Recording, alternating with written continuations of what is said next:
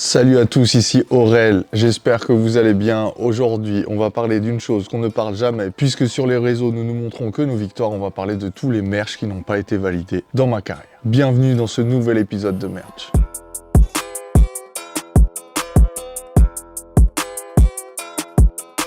Comme vous le savez, nous avons ouvert Best of Boss World il y a un peu plus de 5 ans et nous sommes spécialisés dans le merchandising d'artistes. Je suis le designer et directeur artistique de notre propre boîte. Aujourd'hui, nous devons parler de quelque chose dont on ne parle jamais. Je vais vous montrer mes défaites aujourd'hui et je vais vous montrer tous les merchandising que j'ai réalisés et que j'ai été frustré de ne pas sortir puisque n'a pas été validé par l'artiste ou son équipe ou d'autres histoires et je vous raconterai les anecdotes qui vont avec. Et c'est parti, on commence directement par le premier modèle. On commence par un t-shirt pour Sosomanes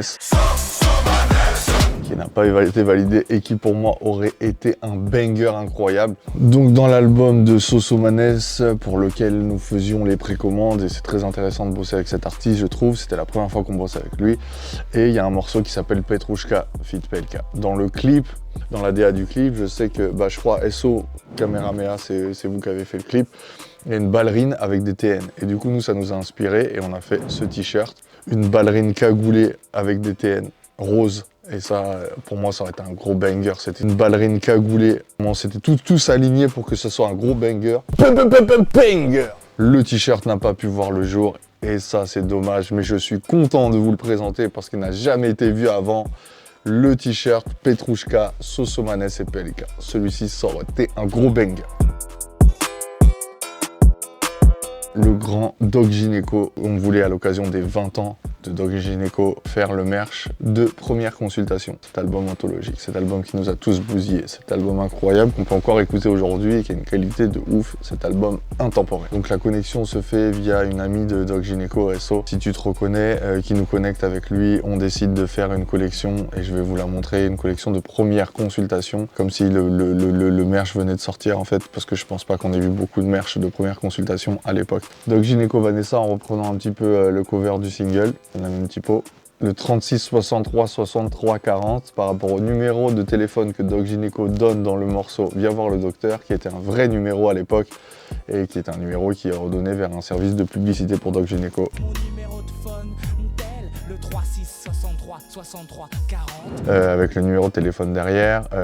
Né ici, donc Né ici, on a repris un peu un single que j'ai retrouvé, qu'on a scanné avec le prix 35 francs, qu'on a dit qu'on allait imprimer sur l'avant du t-shirt, pareil en blanc, un maillot par rapport au côté foot et tout de Doc Gynéco et tout ça, avec Porte de la Chapelle Football Club, le logo Doc Gynéco devant et première consultation sur le côté. Je trouve que ça c'était un gros banger, je l'aurais porté. Le modèle première consultation aux couleurs de première consultation mais un peu revisité forcément, Doc Gynéco première consultation. C'est une histoire qui s'est pas fait à cause de droit, comme je vous l'ai dit. Il faut savoir que quand on remue un peu le passé, donc on recherche un petit peu des trucs d'avant, vraiment c'est compliqué. Parce qu'il était dans un label avant, l'album était signé dans un label, ce label n'existe plus. Après c'est retourné les droits dans un autre label, etc. C'est beaucoup trop compliqué. On est passionné, on savait qu'on s'engageait dans un truc compliqué, que c'était pas sûr que ça voie le jour. Et des fois c'est comme ça qu'il faut faire. On a fait beaucoup de trucs dans le vent. Mais des fois, les trucs qu'on pensait se faire dans le vent se sont réalisés en choses incroyables. Donc le seul conseil que je vous donnerais, n'ayez pas peur de perdre du temps. Ne comptez pas votre temps tout le temps. La passion aide. Parce que des fois c'était cool, tu vois, on a rencontré Doc Gynéco, le Aurel de il y a des années, qui écoutait première consultation dans sa chambre en mode 13 ans, 14 ans, j'aurais jamais cru ça. Le numéro 3 c'est Kershak. Grand respect à Kershak pour qui nous avons fait le D2C et le merchandising et pour qui nous avions designé un modèle qui me semblait vraiment incroyable mais qui n'a pas été validé par l'artiste. Et un autre a été validé, très joli aussi. Mais je voulais vous montrer celui-ci. Celui-ci a été réalisé par Tisma, mon gars sûr, SO Tisma. L'album s'appelle Confiance. Il y avait donc une cover, il y avait plusieurs covers alternatives, dont une où Kershak tombait et on voyait Kershak tomber, rattrapé par ses gars avec des mains comme ça. Donc on a repris un peu Kershak qui tombe, le vert qui est la couleur de Kershak, et on s'était dit vas-y on met les titres, le tracklist derrière. On avait fait plusieurs coloris, franchement c'était un gros banger pour moi. Et finalement ce modèle on l'a pas trop raté puisqu'après il a été disponible dans le pop-up store mais n'a jamais été en ligne. Pour tous ceux qui l'ont, envoyez des photos direct. c'est une artiste récente et c'est une artiste qu'on écoute beaucoup. Souvent, je me dis, mais mec, Aurel, toi, t'es fan de Mobb Deep, du Queensbridge, du gangsta rap new-yorkais, mais tu peux kiffer aussi des trucs comme ça. Et bah ouais, on kiffe Aya Nakamura. Et c'est lourd, et son dernier album est mortel. Et donc voilà, on avait fait une propale aussi, qui n'avait pas été validée. Le choix qui a été retenu, c'est plus un placement de logo très simple et très épuré. Mais quand même, je suis tellement fier du modèle que j'ai fait. Et j'espère que vous allez me dire ce que vous en pensez dans les commentaires. Que j'ai fait un modèle avec du love, avec plein d'amour pour elle. Je pense que c'est notre Beyoncé, je pense que c'est notre Rihanna, je pense que c'est important en France d'avoir une Aya Nakamura et on l'a, on en est fiers.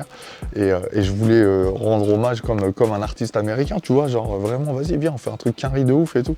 Ça n'a pas été compris non plus. Des fois, pareil, la cible, tu fais des trucs que tu trouves vénères parce que toi, t'as tes refs à toi. Des fois, on peut pas comprendre. Et voilà, donc ça n'a pas été retenu par l'artiste. Mais je vous montre quand même ce chef-d'œuvre, que je trouve chef-d'œuvre. Important à signaler, le logo Aya Nakamura n'est pas de moi et le logo DMK de Muga Fasmer. J'ai oublié qui a fait le logo Aya Nakamura. Je suis une galère avec ça, mais c'est pas moi. Voilà. Donc j'ai juste repris les éléments du cover de Fifou. Donc, 3 personnes sur ce logo, sur ce design. Donc ouais, j'ai repris les éléments visuels de Fifou et je me suis dit, vas-y. On met le Aya Nakamura devant et derrière on fait vraiment un truc. Tu vois, le cover il était incroyable. Elle avait le ski mask en fourrure. Ski mask season.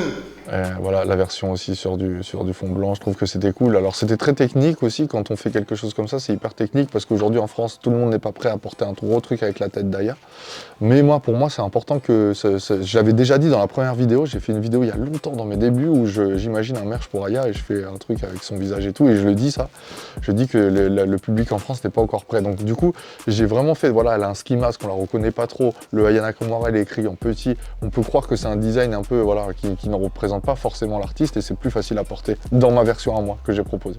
Je trouvais cette photo magnifique en fait, donc j'avais juste envie de vraiment la représenter. Voilà. Aujourd'hui, l'épisode s'arrête ici. C'est important aussi de, voilà, on montre trop aujourd'hui dans les réseaux, j'ai fait ça, j'ai réussi ici, j'ai réussi ça, mais on va parler aussi des défaites et c'est important. Et j'imagine que ceux qui regardent la vidéo veulent aussi des conseils. Parce qu'il y a des designers dans la maison, des gens à qui je peux donner des conseils, et ça c'est des conseils d'expérience en fait. La direction artistique, c'est toujours essayer de taper juste. En général, Dieu merci, j'arrive à taper juste le plus souvent possible. Des fois, je prends des risques et j'essaie des choses. Ce qu'il y a aussi de compliqué aussi dans ce métier-là, c'est que tu n'as pas accès toujours aux artistes pour leur expliquer ta vision. C'est important que si, par exemple, si j'avais eu Aya, je lui aurais expliqué tout ce que je vous ai expliqué. Et peut-être que ce serait passé, peut-être qu'on se serait compris, il y a aussi une histoire de feeling, tu vois. J'espère que cette vidéo vous aura plu, moi c'était cool de le faire, je trouve que c'est un autre axe et c'est un axe super important, et en plus je suis fier de vous montrer les trucs qui n'ont pas été validés, dont je suis encore fier, parce que quand ça sort de cet ordi, ça veut dire que moi j'en suis fier de ouf. Dites-moi ce que vous en avez pensé en commentaire, je vous remercie encore pour tout le soutien, on a dépassé les 1000 abonnés sur YouTube, et ça c'est vraiment très cool. Suivez-moi sur Instagram, sur TikTok également, on rigole un peu, et je vous dis à bientôt, c'est tout pour moi, c'était Aurel, a.k.a. Batou with Attitude, et je vous dis à bientôt. Cheers.